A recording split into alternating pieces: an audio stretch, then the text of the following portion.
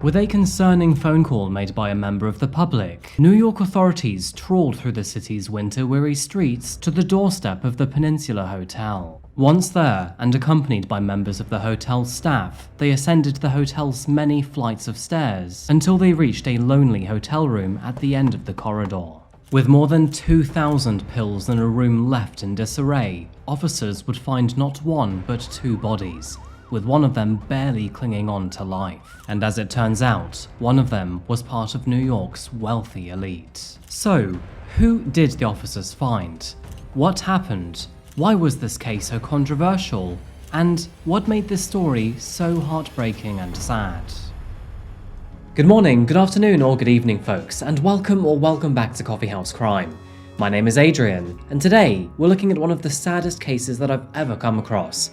And honestly, I think this one will generate many discussions in the comments. But before we begin today, I'd like to thank Factor for sponsoring this video. Now, you may not think it, but being a content creator really can be challenging. It's time-consuming, requires long workdays, and even needs me to be in multiple countries. When I'm with my team in America, one of our favorite ways to save time while still eating healthy is by using Factor. Quite simply, it's been great. Not only does it cut down on grocery trips and cooking, but it gives me more time in the day to focus on work and friends while not feeling guilty about quick meals. With Factor, you can choose from a weekly menu of 35 delicious options, including popular options like Calorie Smart, Keto, Protein Plus, or Vegan and Veggie. You can also discover more than 60 add-ons every single week, like breakfast, on-the-go lunch, snacks and beverages, all of which are designed to help you stay fueled and feel good all day long. Two of my favorite meals were the creamy pesto pork chop, and you also can't go wrong with a solid piece of garlic and herb chicken with broccoli. Oh, and the kale and apple juice was pleasantly delicious too. Another great thing about Factor is that it's entirely flexible when things get hectic. Change your order up every week with plans from 4 to 18 meals per week, and you can pause or reschedule your deliveries at any time. So, what are you waiting for? Get started today. Head to factor75.com or click the link below and use the code Coffeehouse50 to get 50% off your first Factor box and 20% off your next month of orders. That's Coffeehouse50 at factor75.com to get 50% off your first box. And what's more, you'll get 20% off your next month of orders. Thank you to Factor for sponsoring this video,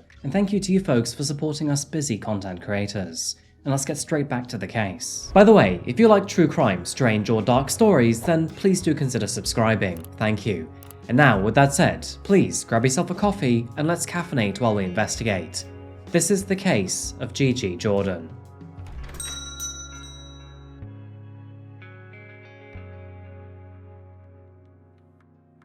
Hiya folks, today we're headed to the east coast of the United States and to one of the world's most recognizable cities. And after appearing so much on TV and in film, it comes as no surprise that I'm talking about New York. Many of the world's elite call this home. From bankers and CEOs, all the way through to famous artists and singers. You will find just about everything here. Michelin-star restaurants, grand theatres, and opulent hotels are dotted across the city. Of course, filling in the blanks around its many skyscrapers. I mean, no doubt, this realm of the rich is beautiful, bright, and boisterous. But amongst the so-called elite, maybe perhaps even more so, lies some of the world's darkest secrets too. And in February of 2010, within the walls of this luxury 5-star Peninsula hotel found along 5th Avenue, a terribly saddening story came to light.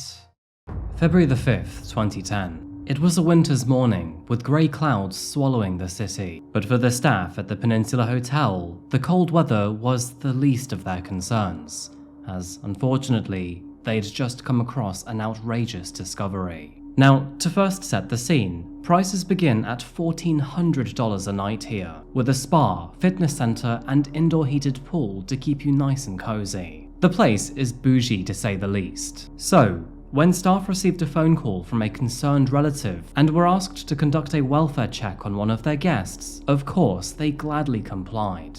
Now, apparently, the guest had reportedly fallen silent in the recent hours during a very time-sensitive moment between the two. But what was even more odd is that even after knocking on the door, staff were met with silence. Not knowing what may be on the other side of the door, the staff contacted the authorities instead. Something seemed wrong here, and they felt that this was the safer option. Arriving just after midday, police officers also knocked on the front door, only to be met with silence. So, what do police do in this situation?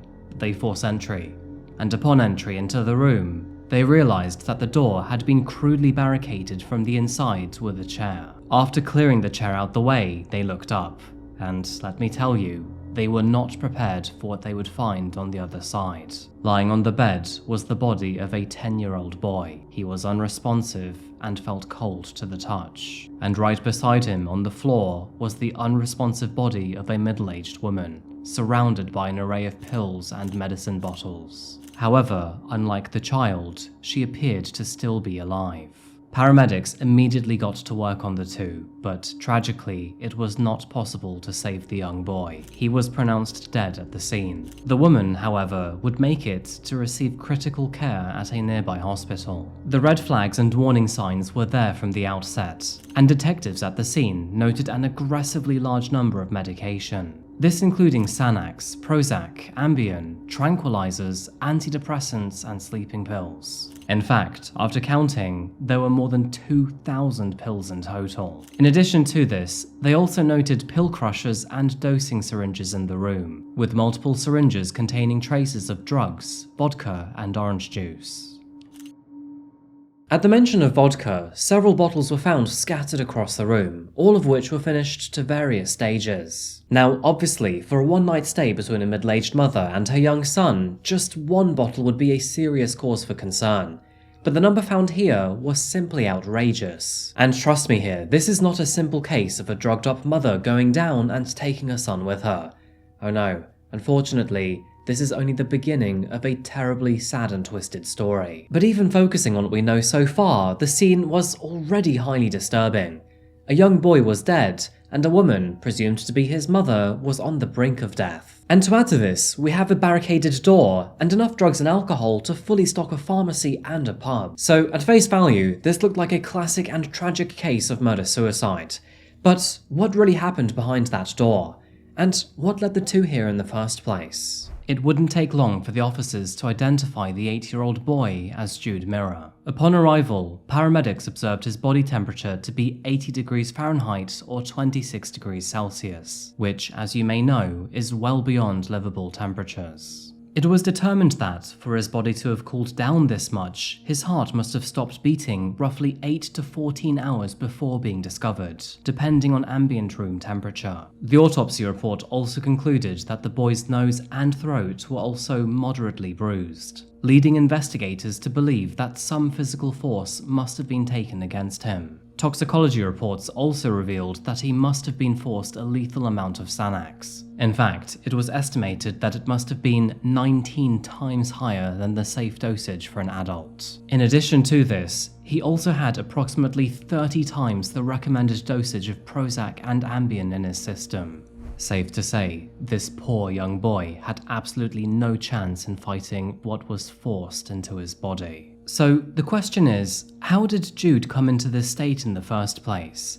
Well, at this stage, we could only speculate and assume. The only person who could tell us for sure was his mother, and when officers and medical personnel realized who she was, let me tell you, they were deeply shocked. And that's because she was no one other than the wealthy New York socialite and medical entrepreneur Gigi Jordan. So, let's begin this story all the way back in 1960, when Gigi was born in Fort Lauderdale, Florida. The young girl was raised in a supposedly stable middle-class family, and as a result, grew up a well-educated and well-adjusted child. To help with her comfortable upbringing, she would also achieve above-average school grades. Now, although her childhood at the forefront would seem to be that of your average middle-class family, unfortunately, her mother would suffer from long bouts of depression. This would eventually lead to several attempts on her own life, which, understandably, would affect Gigi's development as she grew from a child to a teenager. Sadly, her mother would not be the only member of the family to struggle with this mental turmoil, as her aunt also successfully attempted to take her own life when Gigi was only 12 years old.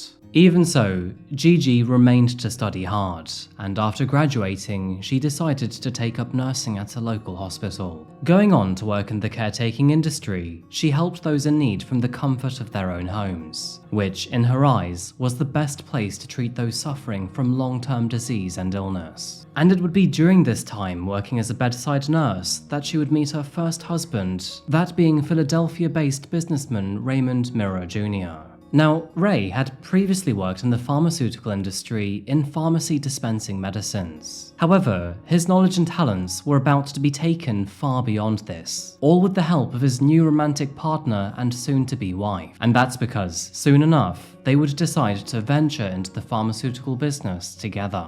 They founded a business that would help dispense medicine to patients living at home during their treatment. This idea would help set the pair up, and more specifically, especially Gigi, up for life. The venture was extraordinarily profitable after all, and I'm talking about tens of millions of dollars here, and Gigi, well, she owned half of everything. But sadly, the pair would separate shortly after creating this company, leaving Gigi a single woman once again. But of course, with her newfound fortune, she would never have to face financial hardship. She became somewhat of a New York socialite actually, living the high life amongst her very successful peers. So, over the next few years, Gigi continued to work on this business, gaining millions of dollars and many legal assets. It was during this time, while she and her ex-husband were getting divorced, that she would meet another man named Emil Chekhov. Emil was a yoga instructor from Belgium, and very soon, the two would fall madly in love. Now, this friendly and upbeat man really did sweep Gigi off her feet. In fact, he would entirely distract her from her stressful business and her divorce. It was during their relationship that Gigi would fall pregnant with his child, but with her still technically legally being married to Ray, her son would take his surname instead. And so, on July the 13th, 2001, Jude Michael Mirror arrived. Now, not to be too superstitious here, but that was actually a Friday. And you know what some say about Friday the 13th? Even so, Gigi and Emil were over the moon, and Emil deeply loved his newborn son. So much so that he would even quit his job and take all of the parental duties, so that Gigi could carry on with her career. Interestingly enough, it is said that Gigi would peak at a net worth of $50 million US, which is an insanely large sum of money. Nevertheless, I can't say I'm surprised, to be honest, because that is American healthcare for you. With an industry swimming in funds, it is no wonder why so many involved become extraordinarily wealthy. You would think that Jude would thrive in such a situation as a child, but sadly, life had other plans for him, and that would not be the case. Raised by his mother and father, Jude was a well-loved son. However, the hands of fate would unfortunately take his idealized future out of their hands. And that's because, when Jude developed into his toddler years, it became quite evident that he was not learning the basics of speaking as fast as he typically should. Unfortunately, he could not get past the babbling stage of verbal development, while others his age were beginning to attempt simple sentences. It is also noted that Jude was a very moody baby and toddler, one who would complain in many situations that would otherwise be perfectly normal for a growing child. This included various noise levels, taking to solids and new foods, and changes in his environment. And so, recognizing that something was wrong, he was taken to a child psychologist to check on his development. And that is where his parents received the news that they were worried about receiving. Jude was diagnosed with a low-functioning form of autism. It was concluded that he may never speak, may never effectively emotionally regulate himself, and may not function well enough to attend school. And so, as a result, he would probably need to be in care for the rest of his life. Clearly devastated by the news, Gigi refused to back down on her son's misgivings. In fact, in the end, she would even quit her job to fully focus on supporting him full-time. Quite naturally, she wanted to fight the misfortune that her family had been dealt, and so she began to explore various alternative forms of treatment. Moving forward, she traveled around the country with her son, taking him to specialized therapists and even looking for a so-called cure. However, as all of us already know, autism is a condition that, unfortunately, has never effectively been treated. But throughout her studies and exploration, she would actually have some success. Eventually, Gigi learned how to communicate with Jude on a basic level through drawing, writing, and typing. She'd also invest in as much technology and hardware as she could find, basically anything that could help Jude. This included laptops, keyboards, phones, you name it to be honest, pretty much anything she could get her hands on. She was absolutely ruthless in her support, but sadly, this pressure would eventually catch up not only with her, but Emil too. And sadly, the two would eventually decide to divorce, leaving Gigi all alone to raise Jude. Now, as far as anyone knew, this was the dynamic between Gigi and Jude right up to the tragic night in February of 2010. A discovery that would thoroughly shock not just her family, but all of her friends too. I mean, absolutely no one could believe it. In fact, her actions sounded like the total opposite of what they would expect from her. Well, the only person who could explain the rationale was Gigi herself, who now was unfortunately in urgent care at the hospital. But thankfully, or not, she would eventually stabilize and went on to fully recover. And as soon as she was fit enough to talk, well, she was forced to attend several interviews with officers. Gigi was eventually able to speak again, and the story that followed was far beyond the realms of believability, leaving not only officers, but the public shocked for many, many reasons. Authorities approached the situation with rather gentle caution here, as going by the crime scene and the circumstantial evidence alongside toxicology reports, the most likely scenario of this case was that Gigi had murdered her son and then attempted to take her own life. And so, upon questioning, she would vulnerably recount her actions. So, let's begin with the questions of when, where, and how, before we get to the all-important why. No surprise, but Gigi's story begins when she entered the Royal Peninsula Hotel with Jude. She recalled feeling numb, defeated, and like it was all over. According to her, there was nothing she could do, and everything felt so hopeless. Gigi had brought along copious amounts of drugs, including Xanax, Ambien, Prozac, and Vicodin. In addition to this were several bottles of vodka, crushers, and syringes. I mean, technically, she had enough to murder several people. Gigi and Jude then spent around 6 hours ordering room service, watching TV, and relaxing together. And then, after that, Gigi put her plan into motion. She concocted a mixture of crushed up Xanax and Ambien, mixed it with orange juice and vodka, and then force-fed it to Jude. She horrifyingly did this multiple times. Gigi would later claim that Jude never struggled while taking the drugs. However, results from the post-mortem reports would contradict the statement entirely. Of course, that being because the autopsy report determined there was bruising around his nostrils. He had likely passed out within 15 minutes of this terrible attack, leaving his mother alone in the hotel room. After consuming a lethal number of drugs and alcohol, she then scribbled a messy and incoherent note. After that, she then managed to contact a relative to say her final rambling goodbyes. And then, all of a sudden, she faded out of consciousness. Now, it is true that the messages sent to a relative shortly before falling unconscious very likely did save her life, but tragically, it was too little too late for her son. In hindsight, Gigi insisted that she planned to go out in a case of murder-suicide, but as we know, was only half successful, with the innocent of the two losing his life. Now, obviously, all of these statements beg one single question. Why? How could a mother who loved her son so much decide that the only alternative was for both of them to die? Well, my short answer is that there is no excuse whatsoever.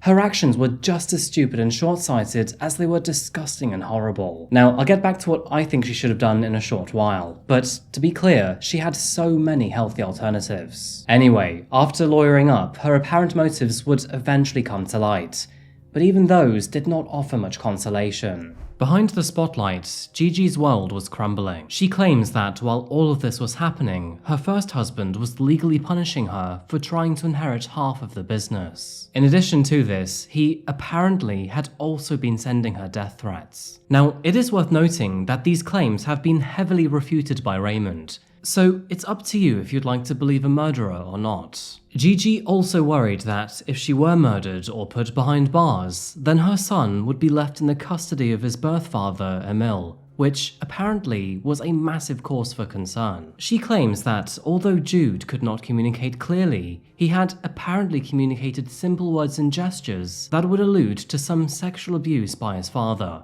But once again, Emil strongly denies these claims. During her trial, Gigi testified that Jude had repeatedly screamed the words "dad bad" to her while pointing towards his intimate parts. But professionals noted that Jude was not capable of the enunciation required to string those words together, let alone be able to scream them multiple times. Put quite simply, it was beyond his capabilities. She also claimed that Emil had forced her son to drink blood and be electrocuted.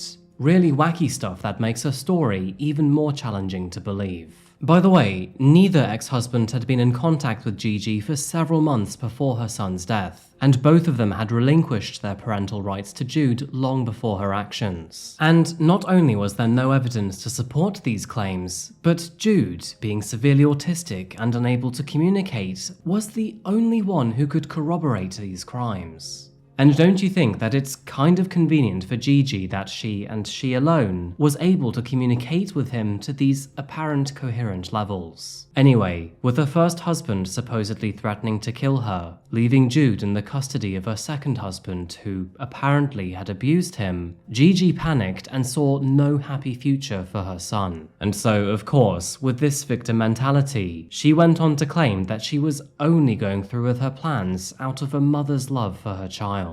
She would even go as far to claim that Jude was aware of the plan and had even asked her to help him in his death. Now, these claims are absolutely insane, but regardless, Gigi went ahead with this testimony. She also claimed that she had tried to save him, stating, "I had a big surge of adrenaline. My heart started pounding. I grabbed him off the bed and put him on the floor. I was crying and started calling his name while performing CPR. I tilted his head back, grabbed his nose, gave him 2 breaths, then gave him 15 compressions. I did this 20 times. Now, apparently, these actions explain the bruising, but doctors would realize that their placement was more consistent with resistance against being force-fed.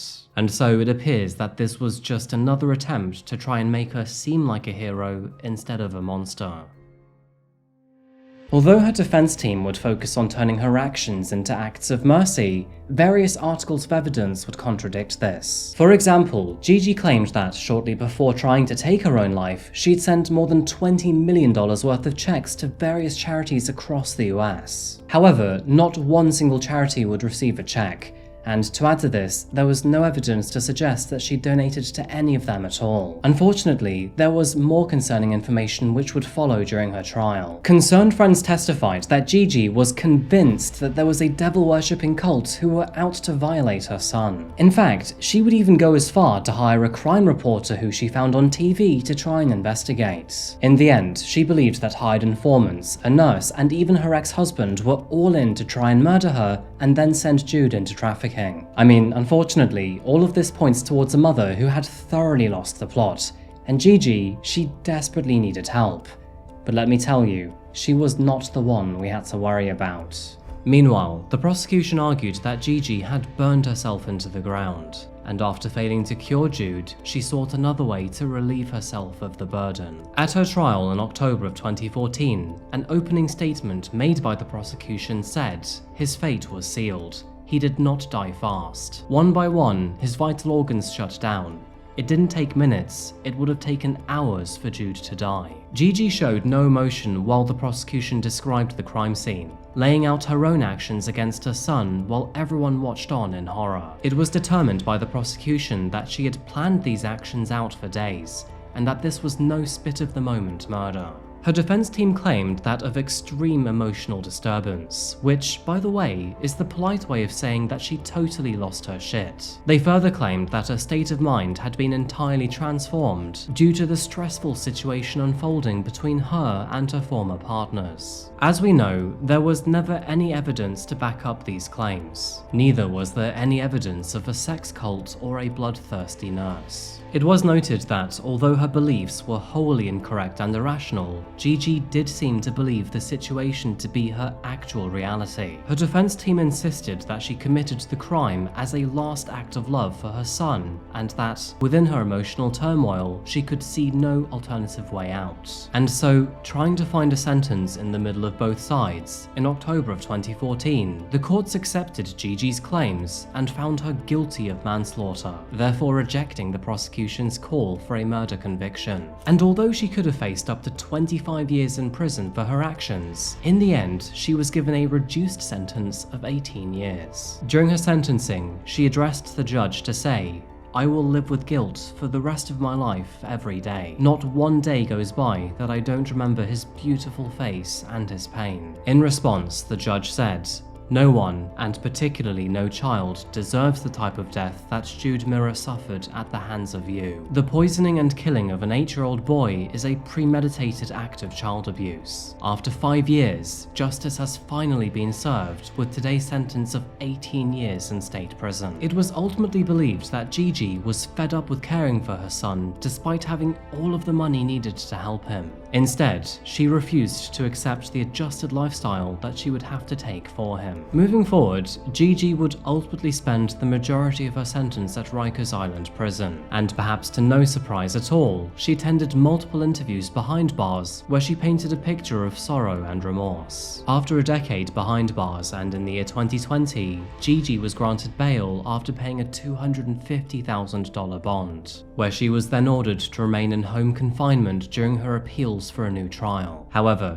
2 years later, on December 30th, 2022, she was found dead in her Manhattan apartment. The cause of death was concluded to have been self-inflicted. It is also worth noting that, just hours before her death, the decision to release her on bail was reversed. That means that Gigi had essentially ended her life before she had to return to prison.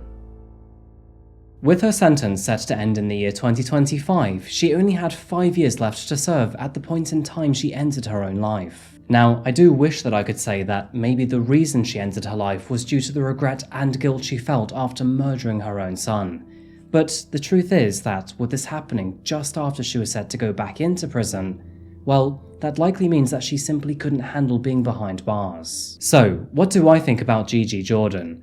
Well, pitiful actions aside, I think that she was too impulsive and self-centered to stop, slow down, and think about others instead of herself. Raising a child with disabilities must come with its challenges. In fact, many parents claim that during their adjustment period, there are even feelings of grief. But saying that, most of them go on to have very special and rewarding relationships with their children who have very fulfilling lives. Due to the sheer amount of money that Gigi had, she was in a fortunate position where she could give her son additional help. I mean, even if she stayed employed, she could hire a full-time caregiver to look after Jude, and then split her time between her son and her career. Now, by the way, I am under no illusion that this would have been easy, but the only human thing to do here would be to step up and then deal with the cards you are dealt. But instead, she chose to discard him, not even through voluntary adoption, but by ending his own life. Now, there is evidence that, at least initially, she tried really hard to help her son, and we must remember that. But whether she lost herself in the process, or merely showed her own colours, we don't know. It is also worth highlighting that depression can tend to run in the family, though apparently this is still up for psychological debate. But we do know that her mother and her aunt suffered with depression quite severely, with one of them even ending their own life, and Gigi suffered from depression too. So, was she down from the beginning? Ultimately, 2 lives were taken by the same pair of hands. Hands that were supposed to love, care, and protect unconditionally. Jude was unfortunate with the condition he was given at birth, but he was even more unfortunate to end up with Gigi for a mother. It is a very saddening end to such a young life being taken far before his time, harrowingly by the one person he should have been able to count on. Gigi lived the rest of her days riddled with guilt over the horrors that she had committed against her son, and ultimately, she would end up with the same fate. This is just a random side note, but Emil lost contact with both Gigi and his son several months after the divorce. He spent months trying to find them, even hiring a private investigator to help reconnect. And sadly, the next time he would see his son would be in a morgue. And with that said, I think I'll leave this sad story here today, folks. A sad story that comes with no justice at the end. Anyway, as always, please share your thoughts in the comments section down below, folks. I really do appreciate seeing them. Also, if you want to support the channel, check out my Patreon here, or alternatively, check out my social media here, most notably my Instagram. And by the way, there are many new exciting things coming, not just here, but also on my Instagram, so please do check that out. Thank you again to Factor for sponsoring this video. Go to factor75.com and use code Coffeehouse50 for 50% off your first box. And then you get 20% off your next month of orders too. Thank you so much for making it this far, folks, and thank you for watching. I really do appreciate it. As always, I'll be back again very soon for another video. However, until that moment arrives, remember to look after yourself, look after each other, and as always, stay safe. Thank you, and goodbye.